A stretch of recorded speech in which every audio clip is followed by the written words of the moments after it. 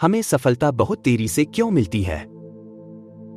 संघर्ष करते करते कई साल हो गए हैं, लेकिन सफलता नहीं मिल रही है, तो एक बार ये वीडियो जरूर देख लीजिए, आपको अपने प्रश्न का उत्तर मिल जाएगा।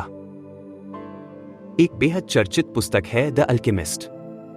इसका मुख्य पात्र एक लड़का है जो पूरी दुनिया घूमने की चाह में चरवाहा बन जाता है। एक रात जब वह एक टूटे फूटे चर्च में गूलर के पेड़ के पास सो रहा होता है, तो उसे एक सपना आता है। इस सपने में वह देखता है कि मिस्र के पिरामिडों में एक खजाना छिपा हुआ है। हालांकि लड़का अपने जीवन से संतुष्ट है, लेकिन अब खजाना ढूंढना ही उसका सपना बन जाता है। अपने इस सपने को पूरा करने के लिए वह अपनी मातृभूमि स्पेन को छोड़कर मिस्र के लिए निकल पड़ता है, लेकिन उसकी यह यात्रा आसान नहीं थी। उसके पैसे खत्म हो जाते हैं और वह लूट का शिकार भी हो जाता है। कुछ समय वह एक क्रिस्टल की दुकान पर काम करता है। उसकी मुलाकात अलग अलग लोगों से होती है, जिनसे वह बहुत कुछ सीखता है। वह अपनी यात्रा में ब्रह्मांड के रहस्यों और प्रकृति के संकेतों को समझना भी सीखता है।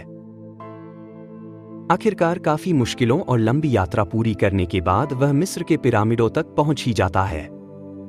वह सपने में दिखी उस जगह पर खुदाई करना शुरू कर देता है जहां खजाना होना चाहिए था। इसी बीच उसे एक गिरोह द्वारा पकड़ लिया जाता है।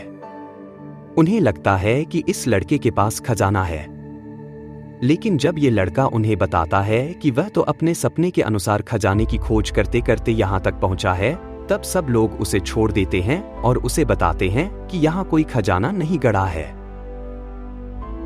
यह सुनकर लड़का बहुत निराश हो जाता है। उसे लगता है कि इतनी लंबी यात्रा व्यर्थ हो गई। जाते जाते गिरोह का एक सदस्य लड़के से कहता है कि पहले वह भी एक सपना देखा करता था कि स्पेन में किसी टूटे फूटे खंडहर में गूलर के पेड़ के पास कोई खजाना गड़ा हुआ है, लेकिन उसने एक सपने पर यकीन करके अपना समय बर्बाद नहीं किया। अब लड़का जान चुका था कि खजाना कहाँ छिपा हुआ है।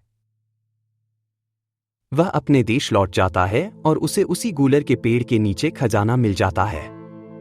खजाना तो हमेशा ही उसके पास था, लेकिन एक लंबी यात्रा और संघर्ष के बाद उस तक पहुंचना उस लड़के की नियति थी। इसलिए सफलता की मंजिल तक पहुंचने के लिए हमें यात्रा तो पूरी करनी ही होती है और संघर्षों से भी गुजरना होता है।